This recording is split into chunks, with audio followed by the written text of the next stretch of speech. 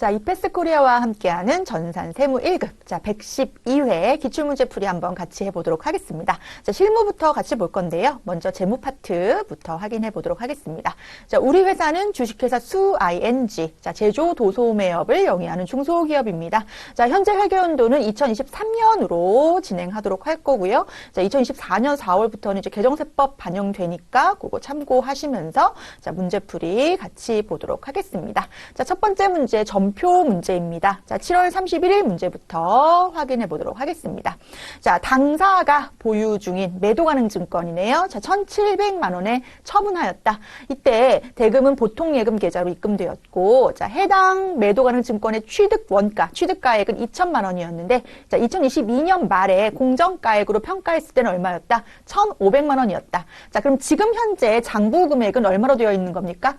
1,500만 원으로 되어 있는 건데 이 1,500만 원짜리 매도 가능 증권은 얼마에 처분한 문제입니까? 1,700만 원에 처분한 문제입니다. 하지만 우리가 알아야 될 것은 자, 취득가액과 자, 장부에서 공정가치로 조정한 금액, 즉 취득가액이 2천만 원일 때 결산 시 2022년 12월 31일 결산 시에 얼마로 1,500만 원으로 이 500만 원 하락한 부분에 대해서 우리가 뭐로 잡아놨다는 거? 평가 손실. 그러니까 매도하는 증권 평가 손실로 잡아놨다는 거. 이것은 기타 포괄 손익 누계액으로서 우리가 지금 자본 계정에 잡혀 있다는 걸 기억을 하셔야죠. 얘는 언제 실현됩니까? 처분 시에 실현됩니다. 따라서 지금 처분하는 시점에 이러한 매도 가능 증권 평가 손실도 실현돼야 된다는 걸 기억을 하시고 차근차근 보면 자, 먼저 차변에 있던 매도 가능 증권 장부 금액이 어디로 와야 됩니까? 대변으로 옵니다. 1,500만 원. 자, 처분했으니까. 그리고 받게 되는 금액 1,700만 원이 이제 보통 예금으로 차변에 오게 되고요. 이때 이 매도하는 증권 평가 손실이 지금 차변에 있는 것이 실현되는 것으로 대변에 오게 됩니다. 500만 원이 지금 요 차액이 500만 원이죠. 그렇다고 했을 때 차액이 차변에 발생하면 매도하는 증권 처분 손실, 대변에 발생하면 매도하는 증권 처분 이익 회계 처리하게 됩니다. 결국 얼마에 취득했던 2천만 원에 취득했던 매도하는 증권을 얼마에 처분하면서 1,700만 원에 처분하면서 300만 원의 손실을 보게 됐다라는 개념하고도 동일합니다. 따라서 이 문제에서는 결산 시에 우리 매도하는 증권을 공정가치로 평가했을 때 해당 매도하는 증권 평가 손실이 장부에 지금 처분 시까지 남아있고 처분 시에 실현되는 분계까지 해줘야 된다는 걸 기억을 하시고 우리 분계 문제에 입력하도록 하겠습니다. 자, 7월 31일 일반 전표 입력하셔서 7월 31일, 자, 대변에, 자, 매도 가능 증권. 자, 우리는 항상 178번입니다. 얼마입니까? 1,500만 원. 하지만 차변에 보통 예금으로 입금된 금액은 얼마입니까? 1,700만 원.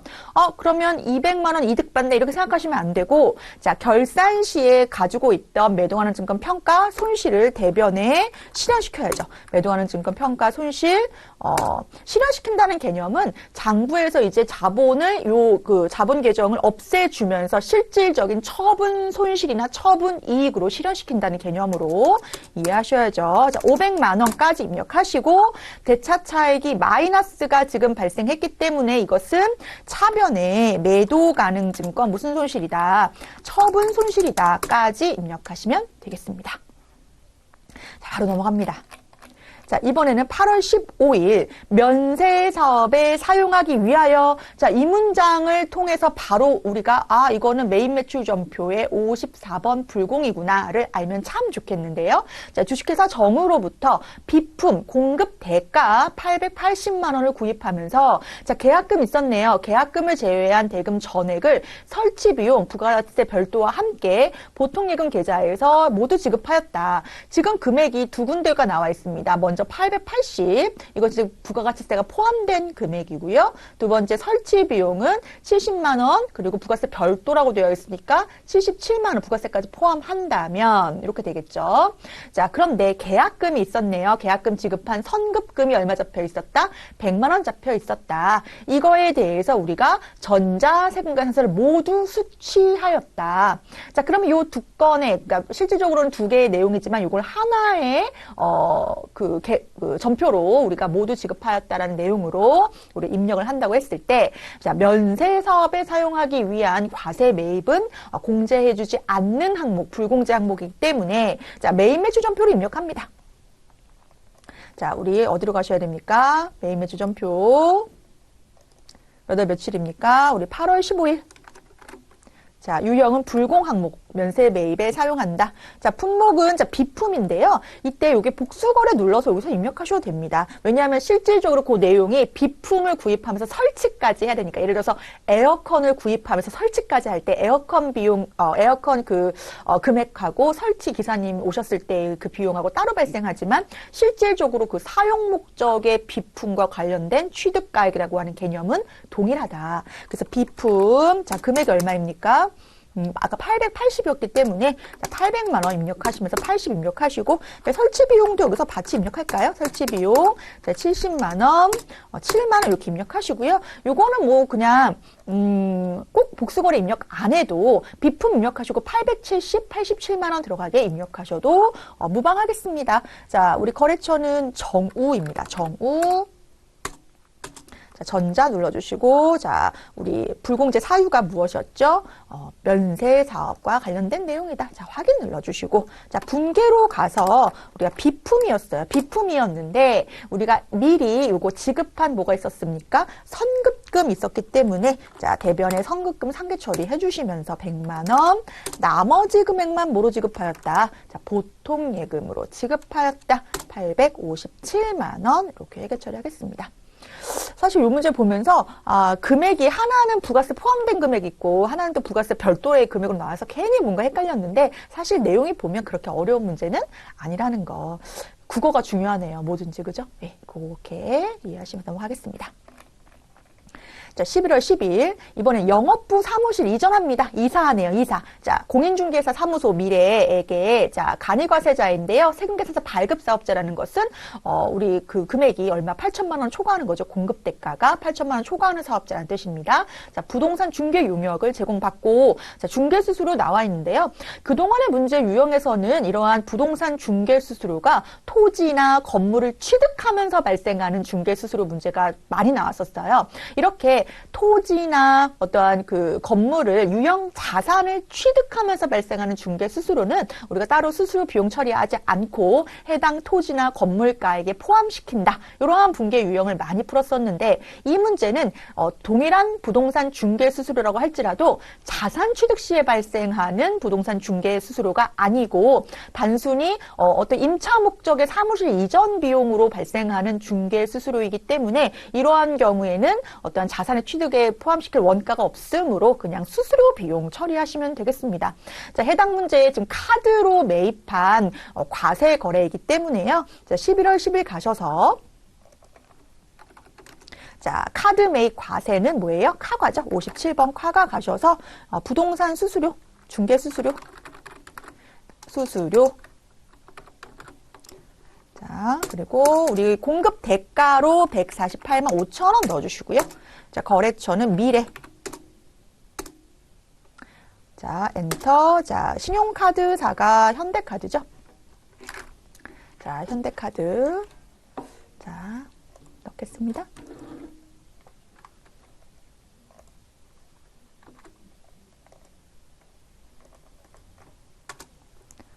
자, 카드로 들어가서요. 예, 미지급금 현대카드 그냥 두시고 여기 원재료만 뭐로 수정하셔라. 우리 수수료 비용 판관비로 수정하셔라. 이렇게 체크하고 넘어가도록 하겠습니다.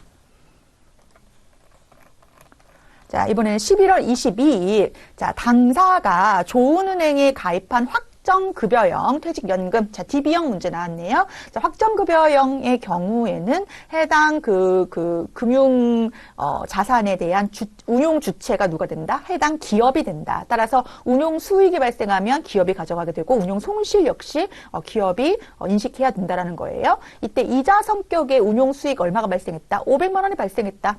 이건 이자 성격이 발생했다는 건 이자 수익 처리하라는 거죠.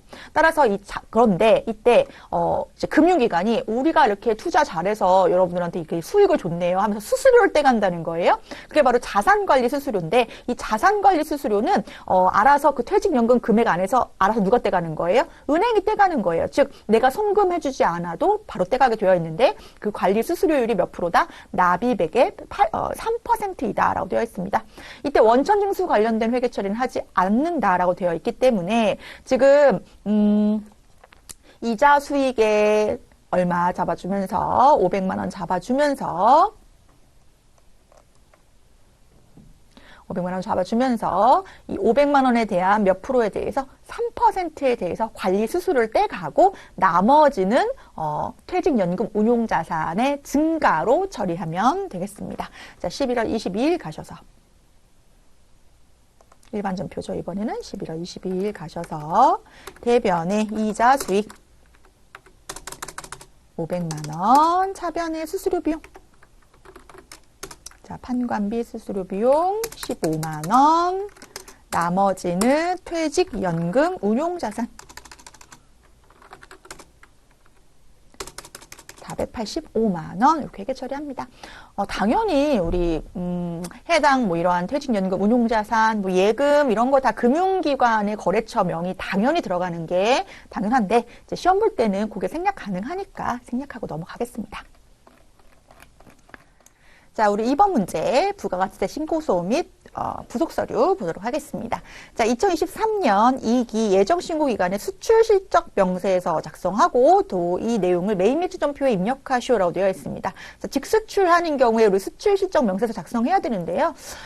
지금 문제에서는 이거 먼저 작성하고 그리고 다음에 메인 매출점표에 입력하시오라고 되어 있는데 이 순서는 사실 메인 매출점표에 입력을 해서 수출실적 명세서로 이렇게 불러오는 기능도 있으니까요. 큰 문제는 없는데 아마 문제에 나와 있는 대로 한번 이번에는 한번 해보도록 하겠습니다.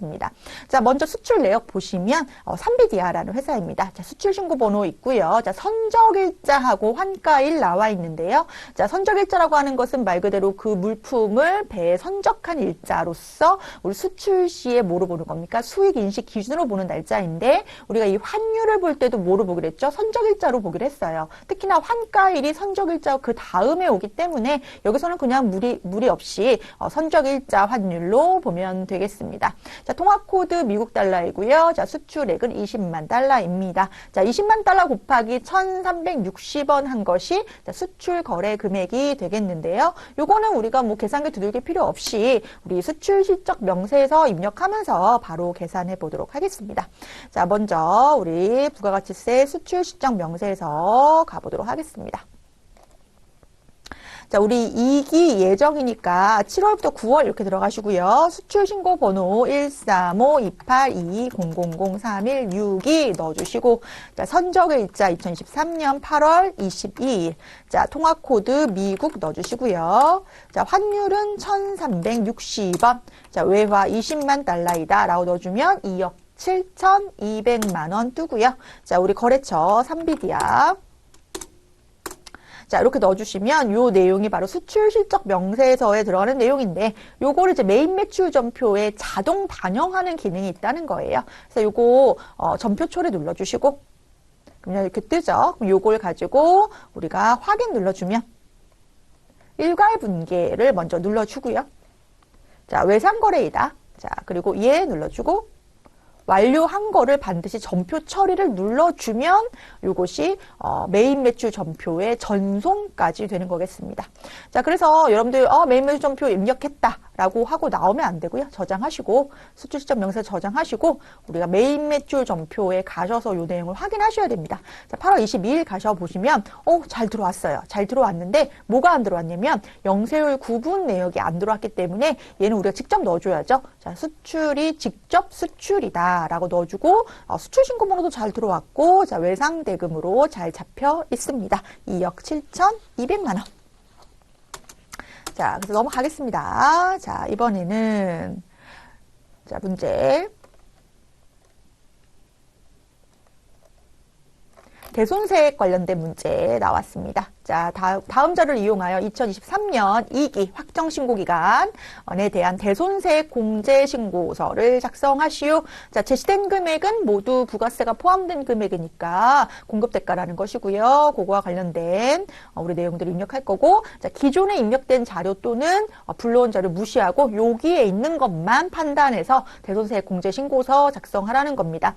자, 대손세액을 공제받을 수 있는지의 여부를 먼저 이 명세를 통해서 여러분들이 OX를 하셔야 되는데, 먼저 대손 발생 내역이 있고 대손 채권 회수 내역이 있습니다. 먼저 발생 내역부터 보면, 자, 우주무역과의 거래에서, 자, 채권 종류도 잘 보셔야 돼요. 바드러움인데, 자, 대손 금액이 발생했습니다. 자, 당초 공급일 나와 있고요. 부도 발생일 봐야 되는데, 부도 나오면 단골로 나오는 문제가 부도일 기준으로 6개월이 경과됐냐 안 됐냐, 즉 부도 발생일 이후로 6개월이 경과된 시점에 우리가 대손세액 공제 신청을 할 수 있다라는 건데, 자, 부도 발생일이 2023년 11월이에요. 아주 따끈따끈한 거예요. 아직 6개월이 지나지 않았기 때문에 아직 대손세액 공제 신청을 할 수가 없다라고 보시면 되겠고요. 그래서 얘는 그냥 무시. 자, 두 번째. 세정상사와 관련된 외상매출금 대손 발생 금액 660만 원 있고요. 당초 공급일 확인하시고, 자, 소멸시효 완성됐네요. 보통 소멸시효는 민법상, 상법상의 소멸시효 완성된 건데, 당연히 이것은 대손세액 공제 신청할 수 있다라고 볼 수 있겠고. 자, 그 다음에 한뜻전자. 자, 외상매출금인데, 외상매출금과 관련된 금액 495만 원 있습니다. 자, 그런데 이 경우에 회수기일이 2년 이상 경과됐다고 되어 있는데, 중소기업의 경우에는 법인세법상 회수기일이 외상매출금이 2년 이상 경과되고 있지 않다? 아, 그럼 이건 대손이지, 못 받게 된 돈이지. 그럼 얘도 대손세액 공제 신청해주자라고 하는 법인세법상의 내용이 있기 때문에 이것도 소멸시효 완성처럼 뭐예요? 실질적으로 법적으로 인정해주는 대손세액 공제 내용이다라고 보시면 되겠고. 자, 그 다음에 용산전자에 대해서도 마찬가지입니다. 자, 외상매출금 대손 발생 금액이 있는데, 이거 1,100만 원에 대해서 이번에도 파산이에요. 파산도 당연히 대손 사유되는 거죠. 그래서 지금 우주무역 제외하고는 모두 대손 사유에 해당되는 내용이다. 자, 그래서 이거와 관련해서, 자, 지금 세정상사의 외상매출금에 대한 대손 확정일, 한뜻전자의 대손 확정일, 자, 그리고 용산전자의 대손 확정일까지 여러분들이 우리 입력할 때 봐야 될 정보로 체크하셔야겠습니다.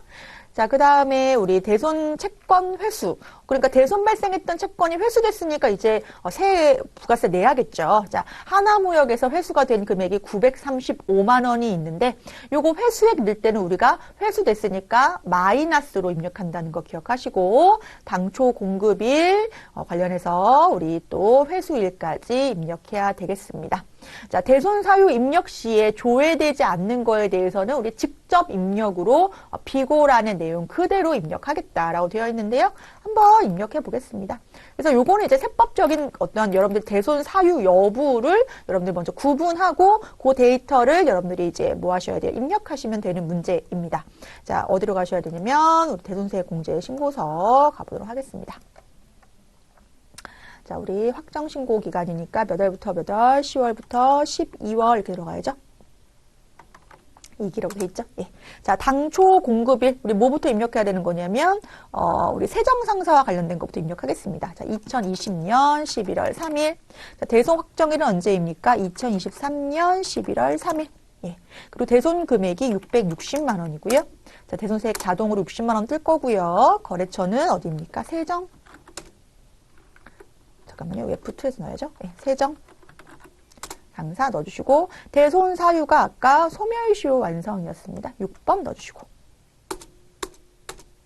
자, 그 다음에 한뜻전자에 대해서도 당초 공급일은 2020년 11월 3일인데요. 잠시만요. 12월이죠. 네. 2020년 12월 31일인데요. 대손 확정일이 2023년 12월 1일입니다. 네. 자, 금액 495만 원이고요. 자, 45만 원에 대해서, 자, 우리 어디입니까? 한뜻전자, F2, 한뜻. 자, 요 대손 사유는 지금 여기에 지금 우리 외상 매출금에 대해서는 2년이 지나면 못 받는 돈으로 보겠다라고 했던 내용이 없으니까 직접 입력으로 눌러주시고 회수기일 2년 이상 경과됐다라고 넣어주시면 되겠습니다. 자, 그 다음에 2022년 3월 2일에 용산전자하고 발생된 대손 확정일은 2023년 10월 1일. 자, 금액이 얼마입니까? 1,100만 원. 자, 거래처는 용산. 자, 용산전자는 우리 아까 파산이었습니다. 파산 신고 받았다. 선고 받았다. 자, 그 다음에 우리 대손을 회수한 금액도 여기서 입력하는 거죠. 회수한 금액 얼마입니까? 날짜 21년 10월 15일. 자, 확정일이 2023년 10월 5일. 자, 금액이 얼마입니까? 마이너스로 넣어줘야 되죠. 회수됐으니까 935만 원. 그래서 85만 원은 납부하여야 할 대손 부가가치세 예수금이 되는 거예요. 거래처로 하나무역입니다. 하나무역. 자, 이것도 직접 입력으로 우리 입력하죠. 대손 채권을 회수했다. 채권 회수. 엔터. 네, 이렇게 하시고 저장 누르시고 나오시면 되겠습니다. 자, 이번에는 부가가치세 확정신고 기간에 부가가치세 신고서 마감을 하고 전자신고를 수행하시오라고 되어 있습니다. 1기 확정이니까요. 예, 부가세 신고서 가셔서 4월 1일부터 6월 30일 이렇게 들어가시면 되죠. 자, 기존의 데이터 불러오셔야죠. 그러면 요거를 이제 전자 신고하는 문제, 그러니까 실무형 문제가 이제 한국세무사에서도 많이 나오는 거예요. 그러니까 우리가 필드에 나가가지고 여러분들이 전자 신고도 해봐야 되고, 뭐 여러 가지 서식 같은 것도 작성해야 되고, 요게 이제 사실 요 시험에 이제 가야 할 방향으로 보고 그러한 문제들이 나온다고 보시면 되겠습니다. 자, 그런데 요 부가세 신고서를 그 국세청에 신고하기 위해서는 먼저 얘를 마감해야 되죠. 마감합니다. 마감. 자, 마감을 누른 다음에 여러분들이 전자신고를 해야 되는데, 우리 내용을 다 우리가 항상, 가서 이렇게 클릭하면 찾기가 어려우니까 컨트롤 엔터 누르시면 이렇게, 뜨잖아요. 그래서, 우리가 전자. 네, 그러면 전자와 관련된 신고 이렇게 뜨죠. 네, 그렇게 들어가셔도 좋을 것 같아요. 전자신고 들어가셔서. 전자신고, 우리 몇 월 며칠입니까? 우리 4월부터 6월이었죠? 1기 예정이었죠? 확정? 1기 확정? 네. 이렇게. 그럼 요거를 먼저 제작을 눌러주셔야 돼요. 자, 비밀번호 우리 문제에 나와 있는 대로 1, 2, 3, 4, 5, 6, 7, 8. 1, 2, 3, 4, 5, 6, 7, 8. 확인 눌러주시고. 제작이 완료된 다음에 홈택스 가야죠. 가면 이렇게 뜹니다. 요 화면에 뜨는데 요 화면은 의미 없고요. 네, 요거가 이제 의미 있는 화면입니다. 아까 그 뜬 화면은 진짜 화면이 아닌 거죠.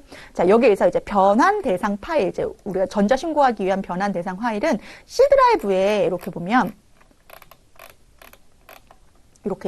요거입니다. 예, 이렇게 만들어져 있고요. 자, 열기 누르시고 요거에 대해서 우리가 형식 검증하고요. 비밀번호 한 번 더 눌러줍니다. 1, 2, 3, 4, 5, 6, 7, 8. 확인. 그리고 검사 확인, 결과 확인하고, 그럼 잘 들어가 있죠? 내용 검증하고, 결과 확인하고, 전자 파일 제출. 해서 끝나는 게 아니라 제출하기까지 한 번 더 눌러주십니다. 그래서 확인 눌러서 요게 화면까지 떠야지 전자 파일이 제출한 걸로 여러분들 이해하시면 되겠습니다. 자, 넘어가겠습니다. 닫기 누르고요. 자, 그 다음 문제. 그래서 화면 한번 확인하시고 여러분들 직접 해보셔야 되니까. 자, 결산 문제로 바로 넘어가면 될까요? 결산 문제입니다. 자, 당사가 보유한 외화 자산이 있습니다. 자, 외화 자산이 있으니까 결산 시 환율로 우리가 평가해야 되는데요. 자, 지금 이번에 엔화 나와 있으니까 엔화는 100엔당 930원 이렇게 되어 있으니까 우리는 1엔으로 다시 한번 조정을 해줘야 됩니다. 그래서 9.3원이 바로 1엔당 금액이라고 볼 수가 있죠. 환율이라고 볼 수가 있고, 따라서 우리는 요 금액 곱하기 얼마 해야 돼요? 9.3원을 하면 됩니다. 9.3원을 하면 해보죠. 그래서 230만 곱하기 9.3 하면 2,139만 원 나오네요. 2,139만 원. 이렇게 나오는데, 자, 지금 외화예금으로 가입할 때는, 그러니까 장부에는 지금 얼마로 잡혀 있다는 거예요? 2,100만 원 잡혀 있다는 거예요. 그런데 결산 시에 이 금액을 이렇게 조정을 해줘야겠다라는 거예요. 그런데 여기서 중요한 것은 자산이라는 거죠. 자산의 금액이 증가했네요. 따라서 외화예금의 증가, 그리고 그만큼 외화 환산 이익이다. 자, 몇 월 며칠 갑니까? 12월 31일 일반 전표 가셔서,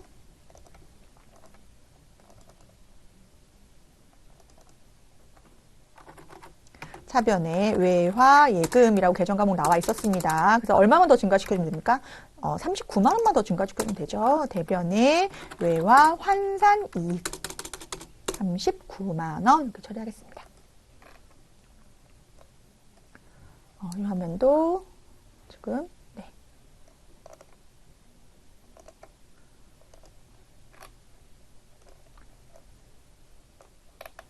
자, 2번 보겠습니다. 자, 다음 자료에 의하여 재무제표의 장기성 예금에 대한 결산일에 적절한 회계 처리를 하시오라고 되어 있는데요. 자, 우리가 장기성 예금이라고 함은 예금을 어떤 이자 수익을 목적으로 장기적인 그런 예적금에 가입을 했다고 볼 수가 있는데, 개설일 기준으로는 이 만기가 한 3년 정도 걸리는 거였는데, 지금 기준으로는 만기가 이제 곧 도래하게 되는 거죠. 1년 이내로 도래하는 유동 자산이 되는 거예요. 우리가 요와 관련해서 우리가 많이 풀어봤던 문제들이 바로 장기 차입금이 유동성 대체가 돼서 유동성 장기 부채가 된다. 그 문제는 부채와 관련된 문제라고 한다면, 해당 문제는 어떤 장기성 예금으로서 우리가 이제 투자 자산으로 가지고 있다가 이제 유동 자산, 당좌 자산으로 이제 끌어오는 문제다라고 보시면 되겠습니다. 따라서 장기성 예금의 감소 처리하고 이제 정기 예금으로 계정 과목을 처리합니다. 예금 종류 정기 예금 되어 있고요. 은행명 나와 있지만 은행명은 우리가 시험 볼 때는 생략하지만 또 실무에서는 잘 넣어주겠다 이렇게 보시면 되겠습니다. 자, 일반 전표 입력 12월 31일 입력하겠습니다. 자, 차변에 우리 정기 예금이었죠? 정기 예금 1억. 대변에 장기성 예금 이렇게 넣어주겠습니다. 자, 3번 문제도 뭐 그렇게 어려운 문제는 아닌 것 같아요. 자, 재고 실사 세봐야죠. 제대로 했나? 장부랑 실제랑 맞나? 세봐야 되는데, 자, 먼저 뭐부터 세봤냐면 제품부터 세봤더니 이거 광고 선전 목적으로 전달된 800만 원이 있다는 거예요. 이게 누락됐다는 거예요. 그러면 광고 목적의 불특정 다수에게 지급한 것은 이제 비용 처리, 광고 선전비 처리하면서 제품 없애는 분개해줘야 될 거고, 두 번째 상품에 대해서도 조사해 보니까 훼손으로 해서 가치를 상실했다. 이 얘기는 무엇입니까? 이제 쓸모가 없는, 이제 판매할 수가 없는 상품들이 있다는 거예요.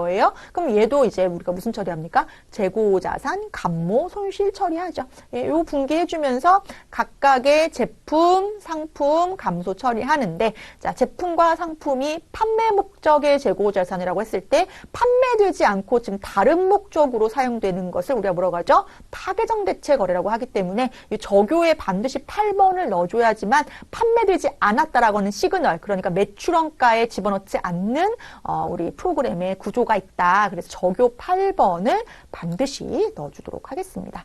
자, 12월 31일 차변에 우리 광고 선전비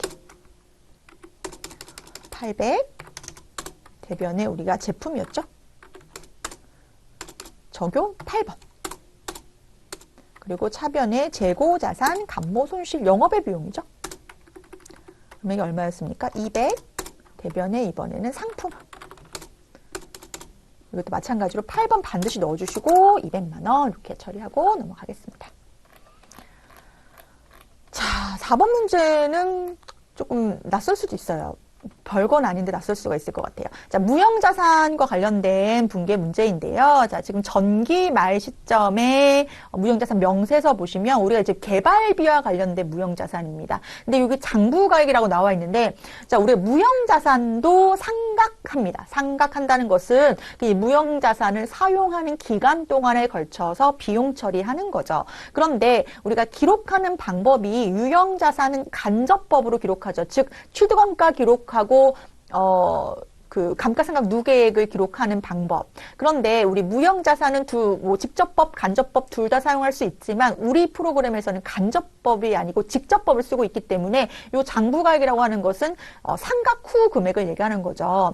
그런데 지금 취득일자가 2020년이에요. 그런데 내용연수가 몇 년이에요? 5년이에요. 그럼 20년, 21, 22, 23, 24 이제 5년 동안 상각을 하는데 지금 현재를 언제라고 본다면 요 시점인 거죠. 2023년이라고 본다면 요 시점에 지금 장부금액 상각할 장부금액이 요거 합쳐서 얼마가 있다는 거예요? 2천만 원 있다는 거죠. 근데 이제 5년의 정액법이니까 이게 각각 원래대로라면 1,000만 원씩 상각하는 거죠. 그러니까 취득했을 때 얼마였던 게 지금 5천만 원이었던 게 그쵸? 5천만 원이었던 게 2020년도 12월 말에 한 번 상각 1,000만 원, 한 번 2천, 한 번 3천, 즉 3천만 원이 상각돼서 지금 얼마가 남아있는 거죠? 2천만 원이 남아있는 상황이어서 원래대로라면 1,000만 원 상각하면 되니까 이번 연도 상각 금액은 얼마입니까? 1,000만 원입니다. 그래서 무형자산 상각비가 1,000만 원인데 요거가 또 추가사항에 나와 있어서 우리를 머리 아프게 한 거예요. 자, 결산일 현재 개발비에 대한 연구는 실패가 확실할 것이다. 자, 이제 회계 담당자는요, 이 거래 내용에 대해서 해당 우리 기업의 정보를 이해관계자에게 신뢰성 있는 정보를 전달해야 되는데 지금 이게 무슨 얘기냐면 우리가 유형자산이나 무형자산은 기업의 뭐 할 목적으로 가지고 있는 거죠? 영업활동에 사용할 목적이 있는 거죠. 사용할 목적. 그런데 유형자산도 그렇고 무형자산도 그렇고 이게 더 이상 사용이 불가능하다. 예를 들어서 우리가 기계장치가 있는데 이 기계장치가 더 이상 노후하고 여기서 생산되는 상품이나 제품이 판매 가치가 없다. 그러면 내용연수가 남아있고 그 금액에 장부금액이 있다고 하더라도 우리가 그 기계장치에 대해서 유형자산 손상 차손 처리할 수 있죠. 즉 시장 가격이 뭐 회복이 안 된다거나 뭐 이런 여러 가지 조건을 갖춘다면 마찬가지로 지금의 개발비에 대한 연구가 여기서 개발비에 대한 연구라는 표현은 무엇입니까? 우리가 연구 개발 단계에 들어서서 미래 효익이 예상되는 시장에서의 우리 제품이 판매될 수 있는 그러한 여건이 되는 그 연구 목적, 개발 목적의 그 용역 비용 등등은 우리가 자산 처리할 수 있다. 그게 바로 무형자산 인식 요건인데 아무래도 미래 효익이 예상되지 않는다. 그러면 이것도 무형자산 손상 차손 처리할 수 있다라는 개정 과목이 있습니다. 그래서 개념 자체가 어렵지는 않지만 이게 생경하죠. 무형자산 손상 차손을 갑자기 왜 처리하지? 그러니까 2024년 이 개발비와 관련한 미래는 없다. 미래가 없으니까 상각을 그때까지 하지 않고 요 연도에 남아있는 요 1,000만 원에 대해서도 무슨 처리하겠다? 손상 차손 처리하겠다. 네. 그래서 공개하겠습니다. 차변에 무형자산 상각비 얼마? 1,000만 원. 차변에 무형자산 손상 타손 얼마? 1,000만 원. 대변에 개발비 얼마? 2,000만 원. 이렇게 처리하고 넘어가겠습니다. 자, 이번에 원천징수 문제 보겠습니다. 자, 정상수 사원과 관련된 사원 등록하겠습니다. 자, 부양가족 명세에다가 입력할 건데요. 기본공제 대상이 아니면 부합니다. 자, 그러니까 나이 제한, 소득금액 제한 확인할 건데요.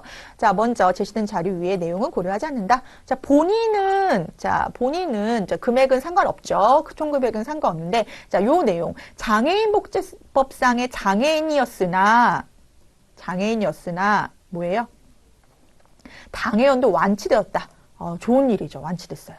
그러니까 장애인이 완치되었다라고 했을 때 그러면 이분이 장애인 추가 공제를 받을 수 있냐의 여부를 보라는 건데 지금 우리가 장애인 여부라든지 아니면 사망의 경우에는 언제 기본 공제자 혹은 또 추가 공제 여부를 받을 수 있냐는 전날 기준이라고 해요. 전날 기준. 따라서 장애인이었다라고 그러니까 완치가 되었다고 할지라도 장애인이었던 날, 즉 완치 기준으로 전날은 장애인이었잖아요. 그러니까 그 기준으로 본다면 장애인 추가 공제도 받을 수 있다. 장애인 추가 공제 받을 수 있다라고 볼 수가 있겠고요. 또 배우자 보겠습니다. 총 급여액이 5천만 원이에요. 그러면 당연히 500만 원이 아닙니다. 5천만 원이니까 부양공제, 기본공제자가 안 되죠. 그런데 지금 둘 중에 누구한테 요 자녀들 있잖아요. 자녀들이나 뭐 직계 존소 누구한테 몰아줄 거냐 뭐 이런 거 고민하는 경우 맞벌이 부분이 굉장히 많은데 보통은 소득이 많은 사람한테 몰아주면 왜냐하면 우리가 누진세율이잖아요. 소득세가 뒷구간이 더 커지니까 더 유리하다 뭐 이렇게 보는 관점이 많습니다. 그래서 우리가 정상수에게 모두 몰아주겠습니다. 자, 부친 있습니다. 정학수. 자, 당에 수련한 노령연금인데요. 요 연금이 이제 사적연금이라고, 공적연금이죠? 공적연금입니다. 자, 공적연금의 경우에 연금소득공제를 받을 수가 있는데, 우리 그 금액 외웁니다. 516만 원까지는 우리가 뭐 할 수 있다? 기본공제 받을 수 있다. 공적연금. 네. 사적연금은 우리 1,500만 원까지 분리과세 가능한 걸로 우리가 또 조정됐죠. 여기서는 상관없습니다. 자, 모친 보겠습니다. 모친. 자, 박순자. 자, 다주택자로서 보유하였던 주택을 자, 지금 1억 원에 양도했는데 원래 취득가액이 1억 50만 원이었어요. 오히려 손해봤죠. 손해. 그러니까 이것도 기본공제자 공제 받을 수 있죠. 소득이 발생하지 않았습니다. 또 딸이 있네요. 자, 정은난. 자, 오디션 프로그램에 참가해서 상금 1,000만 원, 그리고 200만 원 상당의 피아노를 부상으로 받았는데요. 자, 이거 기타 소득입니다. 자, 기타 소득이고 어디서 상금 받은 거는 필요경비 의제가 몇 프로까지 됩니까? 80%까지 되죠. 80%까지. 따라서 1,200만 원이죠. 1,200만 원 곱하기 80%를 경비 처리 받을 수가 있는 거죠. 자, 그럼 한번 계산해 볼까요? 그러면 960만 원. 자, 그러면 1,200만 원이었잖아요. 우리 소득이. 자, 1,200만 원에서 960만 원 빼야죠. 자, 그러면 240만 원이 기타 소득 금액으로 나오는데 우리 기타 소득 금액 같은 경우에는 얼마까지 분리과세 가능하죠? 300만 원까지 가능하죠. 따라서 얘도 분리과세를 선택한다는 것이 훨씬 더 유리한 과세의 어떠한 선택이 될 수 있다. 그래서 얘도 뭐 한다? 소득공제 받을 수 있다. 기본공제 받을 수 있다. 자, 정은수 보겠습니다. 자, EBS 교육방송 어린이 MC래요. 프리랜서 소득 금액이 발생했는데 소득 금액이에요. 자, 프리랜서 소득 금액은 보통 여기서 사업 소득 금액을 얘기하는 거겠죠? 자, 사업 소득 금액이 얼마를 넘습니까? 500만 원 넘네요. 예. 기본공제 안 되고요. 자, 정은우도 마찬가지인데 모델로 활동하면서 발생한 이번엔 총수익 금액 자체가 100만 원인데 필요 경비 전이니까 어쨌든 100만 원이니까 이것도 기본공제 가능하다고 볼 수가 있겠습니다. 자, 그래서 요거와 관련된 내용을 입력을 할 건데요. 여기 밑에 있는 연금소득 공제표를 활용해서 요거 왜 나와 있냐면 요거 때문에 나와 있는 거예요. 요거 때문에. 요거를 지금 510만 원이니까 350만 원까지는 다 공제 받을 수 있고 350만 원 초과 700만 원 이하인 거니까 얼마에 대해서는 510만 원 빼기 350만 원 한 부분에 대해서는 40% 공제 받을 수 있는 건데요. 이거 계산하지 말고 우리 뭐 하기로 했어요? 그냥 516만 원 외워서 그 밑에면 다 공제 받을 수 있다. 뭐 그렇게 우리 외우면 좋을 것 같습니다. 자, 입력하겠습니다. 자, 원천징수 가겠습니다. 자, 우리 사원 등록 가보시면 정상수 나와 있고요. 자, 부양가족 명세 눌러주시고, 자, 여기서 우리가 뭘 눌러줘야 돼요? 장애인 눌러줘야 됩니다. 장애인 복지법상의 장애인이다. 자, 이제 마시고 넣어주시고, 자, 배우자는 3번이죠. 배우자. 차례대로 여기 순서대로 넣을게요. 황유림. 자, 주민번호 넣어줄까요? 자, 85042421123349. 자, 배우자인데 부로 넣어야죠. 부. 소득 금액이 많아요. 자, 그 다음에 부친 정학수. 자, 정학수 주민번호 넣어줄까요? 자, 570218123341. 자, 우리 60세 이상 자동으로 뜨고, 우리 공적연금, 공제, 516만원 이하이기 때문에 소득공제 대상이 될 수 있다. 넘어가겠습니다. 자, 어머니도 박순자. 어머니도 우리 뭐 할 수 있었어요? 네.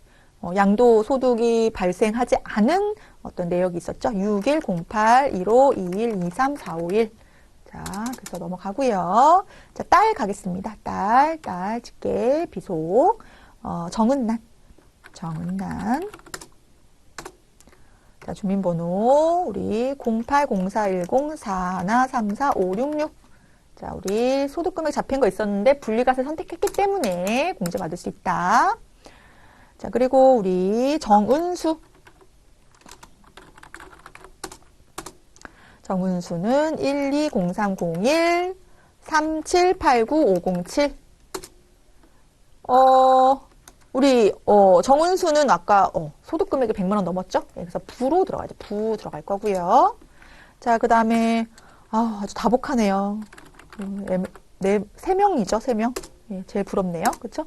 네. 1 넣고 130420311597. 네. 이렇게 넣어 주시고 예, 이것도 그냥 자동으로 뜨는 거. 자녀 세액공제 뜨게끔 이렇게 자동으로 두시면 되겠습니다. 네, 여기까지 입력하면 오류가 없을까요? 네.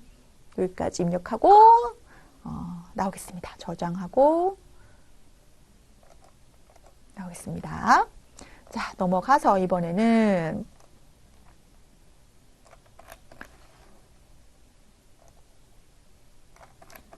다음 문제 볼까요?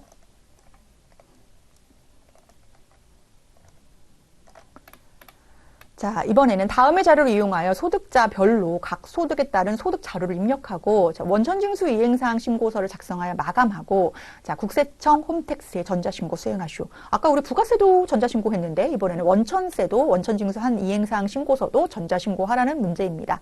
자, 당사는 단기별 신고 특례 대상자가 아니고 정기분 신고에 해당한다라고 되어 있습니다. 자, 먼저 소득 자료 보시면 박서준, 강태주 이렇게 나와 있는데요. 박서준은 일시적 강연료라고 되어 있고 이게 소득 내용이 중요하죠. 그리고 강태주는 300만 원에 대한 학원 강사가 지급받은 강의료라고 되어 있습니다. 자, 박서준은 실제 발생한 필요형비가 없고 소득세법상 인정되는 최대 필요형비를 인정받는다고 되어 있는데 이거 지금 일시적인 소득, 기타 소득으로서 60% 인정받게 되는 인적 용역이라고 보시면 될 것 같고 강태주는 사업소득이니까 사업소득으로 잡으면 되겠죠. 자, 귀속 연월일 몇 월에 발생한 내용인데 7월에 발생하는 건데 자, 지급은 언제 했대요? 8월에 했다고 되어 있습니다. 자, 위의 소득 자료에 대해서만 작성하고 다른 소득자는 없는 걸로 가정한다라고 되어 있습니다. 자, 그리고 여기 내용 보시면 우리 아까 부가세 신고할 때도 비밀번호 중요했잖아요. 그래서 비밀번호가 이 경우에는 2024-0204로 되어 있고 또 우리는 직접 신고하는 거기 때문에 납세자 자진 신고로 선택하시오라고 되어 있습니다. 전자신고하는 유형은 부가세하고 많이 유사하니까요. 우리 한번 해보면 또 금방 내용 이해하실 수가 있는데요. 먼저 우리 원천징수에서 지금 기타소득 자료 입력하시면 됩니다. 즉 기타소득자 등록이 이미 되어 있을 거예요. 왜냐하면 지금 소득자 등록하는 자료가 안 나와 있잖아요. 이거 들어와 있네요. 그렇죠? 그래서 우리는 바로 기타소득 자료 입력에 가셔서 지급 연월일만 8월 5일 넣어주시고 자, F2 이용해서 박서준 불러오겠습니다. 자, 지급 연월일에서 여기서 뭐만 수정하시면 되냐면 귀속 연월일이 7월 걸 8월 달에 주는 거니까 7월로 수정해 주시고 금액이 500만 원이고 필요형비는 아까 60% 들어간 게 반영이 돼서 5, 6에 30에서 300만 원이 지금 들어갔고 소득 금액이 우리 200만 원 잡혀서 200만 원에 대한 20% 그래서 40만 원 그리고 거기에 대한 10%인 4만 원을 우리가 원천징수 해야 된다 이렇게 입력을 하는 거고요. 자, 사업소득 자료에서도 마찬가지입니다. 자, 지급 연월일은 8월 5일이고요. F2 이용해서 강태주 불러오겠습니다. 자, 귀속 연월일은 2023년 7월이고요. 우리는 8월이고요. 금액은 얼마입니까? 300만 원이고요. 자, 3.3% 우리 사업자 뗀다 이런 얘기 하잖아요. 3% 원천징수 세율 떼주고 지방소득세까지 떼서 차임 지급액이 이렇게 나오면 되겠습니다. 자, 그러면 여기서 끝나면 안 되고 우리가 여기까지 입력한 게 첫 번째 스텝이면 두 번째는 우리가 컨트롤 엔터 눌러서 원천 이렇게 눌러주면 원천징수 이행사항 신고서 이렇게 뜨죠. 예, 여기를 한번 들어가 보겠습니다. 여기 들어가셔서 보면 자, 귀속기간 나오는데요. 자, 귀속기간은 몇 월에 귀속되는 내용을 우리가 지급한 겁니까? 7월 달 거를 몇 월에 줬다. 8월에 줬다. 이렇게 되는 거죠. 그럼 8월, 7월, 8월 들어가면 됩니다. 이렇게 가서 보시면 내용을 확인할 수가 있어야겠네요. 내용이 뭡니까? 지금 사업소득에서에 대한 한 명분에 대해서 금액 뗀 거 9만 원. 이건 지금 소득세에 대한 원천징수 얘기하는 거죠. 그리고 기타 소득에 대해서도 500만 원에 대해서 얼마 뗐다? 20%인 40만 원 뗐다. 그럼 얘를 전자신고해야 돼요. 전자신고할 때는 첫 번째 스텝은 마감입니다. 마감해 주시고 자, 마감한 다음에 컨트롤 엔터 눌러서 자, 전자신고가 아까 부가세 전자신고가 있었다면 이번엔 원천 전자신고로 들어가서 네, 여기 들어왔죠?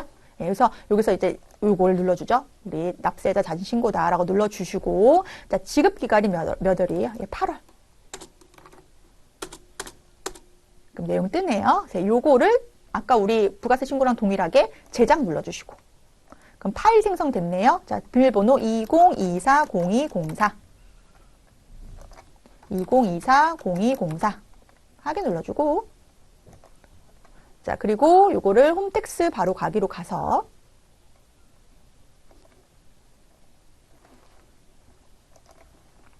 네, 떠 있어요.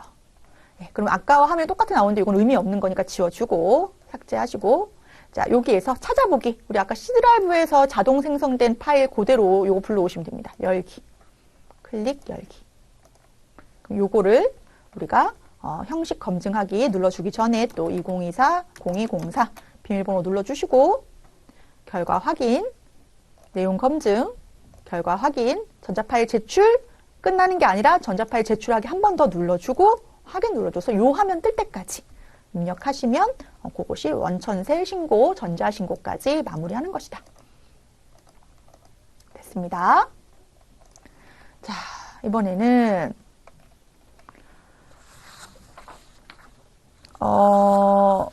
여기까지 하면 우리 지금 법인 조정 가야 되는데요. 잠깐 끊었다가 네, 이어서 하겠습니다. 이제 그 전세대물 읽으면 내용이 좀 많으니까요. 여러분들이 그 내용을 보실 때 우리가 이제 시간대가 이제 너무 이제 촉박하다 보면 하다가 이제 급급하는데요. 이제 문제 풀이 할 때는 이해를 하면서 차근차근 하셔도 되니까 시험 볼 때는 우리가 좀 급급하더라도 예, 차근차근 보시면서 잠깐 끊었다가 이제 법인 조정 보도록 하겠습니다.